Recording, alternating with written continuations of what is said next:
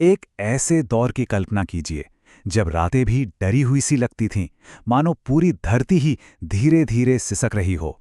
और ये सिसकी किसी जीव की नहीं बल्कि खुद धर्म की थी।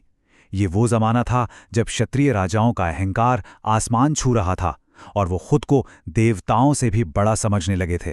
तब तब एक ऐसे अवतार की जरूरत पड़ी जिसकी सिर्फ कल्पना ने ही देवलोक को कंपा दिया था। और तब यह तय हुआ कि भगवान विष्णु खुद धरती पर उतरेंगे। लेकिन इस बार का अवतार कोई शांति का दूत नहीं बल्कि प्रलय का पैगाम लाने वाला था। एक ऐसा अवतार जिसका मकसद था धर्म को फिर से जिंदा करना। तो चलिए आज हम उसी अवतार की कहानी को समझते हैं जो अपने आप में एक जीता जागता विरोधाभास था। उस समय एक बहुत बड़ा संकट मंडरा रहा था। धर्म, जिसे दुनिया का आधार माना जाता था, वो मर रहा था और पूरी व्यवस्था, आप कह सकते हैं, अहंकार की आग में जल रही थी। हालात इतने बिगड़ चुके थे कि तपस्वियों का मजाक उड़ाया जाता था, उनके आश्रम जला दिए जाते थे। ऐसा लगता था मानो पूरी धरती इंसाफ के लिए चीख रही हो। और इसी गहरे अंधेरे में एक नए विनाशक प्रकाश का जन्म होना था। इस असाधारण कहानी की शुरुआत होती है एक विवाह से। ऋषि ऋचिक और राजकुमारी सत्यवती का विवाह। यही वो मिलन था जिससे परशुराम के भाग्य की नींव रखी गई थी। देखिए, ऋषि ऋचिक ने दो तरह के दिव्य प्रसाद बनाए। एक जिसे खाने से शांत और ज्ञानी ब्राह्मण संतान पैदा होती, और दूसरा वो जिससे एक आक्रामक, एक शक्तिशाली क्षत्रिय योद्धा जन्म लेता। तो एक तरह से दो बिल्कुल अलग तकदीरें लिखी जा रही थीं, एक शांति की और दूसरी विनाश की। लेकिन यहीं पर इंसानी फितरत बीच में आ गई, ईर्ष्या। सत्यवती की मां को लगा कि शायद बेहतर वाला प्रसाद उनकी बेटी को दिया गया है, तो उन्होंने अपनी बेटी को मना लिया कि वो क्षत्रिय वाला प्रसाद खा ले। ये कोई मामूली गलती नहीं थी, इसने इतिहास का रुख ही मोड़ दिया। जब ऋषि ऋचि को इस अदला बदली का पता चला तो उन्होंने अपनी शक्ति से उस भाग्य को एक पीढ़ी आगे बढ़ा दिया, और उसी पल, उसी क्षण परशुराम की नियति तय हो गई। जन्म लेने से भी पहले उन्हें विनाश और धर्म की रक्षा के लिए चुन लिया गया था। अब कहानी कई साल आगे बढ़ती है। परशुराम के जीवन में धर्म की सबसे कठिन, सबसे असंभव परीक्षा आती है, और इसकी शुरुआत होती है उनकी मां रेणुका से, जो नदी के किनारे थीं। रेणुका इतनी पवित्र थी कि वो कच्ची मिट्टी के घड़े में भी पानी भर सकती थीं। वो घड़ा घुलता नहीं था। लेकिन एक दिन उन्होंने नदी में एक गंधर्व को उसकी पत्नियों के साथ खुश देखा, और बस एक पल के लिए उनके मन में तुलना का भाव आ गया। सिर्फ एक पल के लिए, और उसी पल उनका वो कच्ची मिट्टी का घड़ा पानी में घुल गया। उनके पति जमदग्नि के लिए ये एक भयानक संकेत था। अपनी योग बल से ये सब देखकर ऋषि जमदग्नि का सालों से दबा हुआ क्रोध एक ज्वालामुखी की तरह फट पड़ा। उन्होंने अपने बेटों को एक ऐसा आदेश दिया जिसने सृष्टि को कंपा दिया, अपनी ही मां का वध कर दो। क्यों? क्योंकि यही धर्म है। परशुराम के 4 बड़े भाइयों ने ऐसा करने से साफ इनकार कर दिया, तो उनके पिता ने उन्हें श्राप देके पत्थर बना दिया। अब बारी थी परशुराम की। सोचिए, उनके सामने क्या सवाल खड़ा था।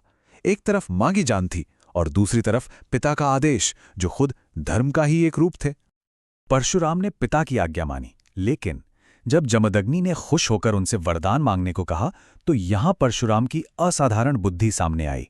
उन्होंने एक एक करके 3 वरदान मांगे, जिससे ना सिर्फ उनकी मां और भाई वापस आ गए, बल्कि भविष्य में धर्म की रक्षा के लिए उनकी भूमिका भी हमेशा के लिए तय हो गई। लेकिन तकदीर का तूफान अभी थमा नहीं था। इस बार का संघर्ष एक घमंडी राजा सहस्त्रार्जुन और दिव्य कामधेनु गाय को लेकर था। हुआ ये कि राजा सहस्त्रार्जुन ने जमदग्नि के आश्रम में कामधेनु गाय के चमत्कार देखे और उसकी आंखों में लालच भर आया। उसने आश्रम को तहस नहस कर दिया, ऋषि का अपमान किया और जबरदस्ती उस गाय को छीन कर ले गया। वो ये नहीं जानता था कि उसने अपने अंत की शुरुआत कर दी है। परशुराम जब लौटे तो उन्होंने सहस्त्रार्जुन का वध किया और कामधेनु को वापस ले आए। लेकिन बदले की ये आग बुझी नहीं थी। सहस्त्रार्जुन के बेटों ने बदला लेने के लिए आश्रम पर हमला किया और ध्यान में बैठे निहत्थे जमदग्नि की बेरहमी से हत्या कर दी। ये जो संख्या है 21, ये कोई आम संख्या नहीं है। ये उन 21 प्रहारों का प्रतीक है जो उनकी मां रेणुका ने दुख में अपनी छाती पर किए थे। और यही संख्या परशुराम की भयानक प्रतिज्ञा बन गई। उन्होंने अपने पिता के खून से तिलक किया और कसम खाई कि वो 21 बार इस धरती को अहंकारिक क्षत्रियों से खाली कर देंगे। अपनी प्रतिज्ञा पूरी करने के बाद आखिरकार परशुराम का क्रोध शांत हुआ। विनाशक की भूमिका अब खत्म हो चुकी थी और अब वो एक शिक्षक बने, एक गुरु, जिन्होंने अपना सारा ज्ञान अगली पीढ़ी के योद्धाओं को दिया। और उनके शिष्य कौन थे? महाभारत की कुछ सबसे बड़े और सबसे महान योद्धा भीष्म, द्रोणाचार्य और कर्ण। इन तीनों को शस्त्र विद्या देकर उन्होंने आने वाले युग की कहानी को हमेशा हमेशा के लिए बदल दिया। एक बड़ी मशहूर कहानी है, एक दिन परशुराम कर्ण की गोद में सर रखकर सो रहे थे। तभी एक बिच्छू ने कर्ण को डंक मार दिया, लेकिन गुरु की नींद ना टूटे इसलिए कर्ण उस भयानक दर्द को चुपचाप सहता रहा, बिना हिले डुले। जब परशुराम की आंख खुली तो उन्होंने कहा, इतनी पीड़ा कोई ब्राह्मण नहीं सह सकता, ये दर्द सहने की क्षमता सिर्फ एक क्षत्रिय में हो सकती है। कर्ण की सच्चाई सामने आ चुकी थी और तब परशुराम ने उसे श्राप दिया।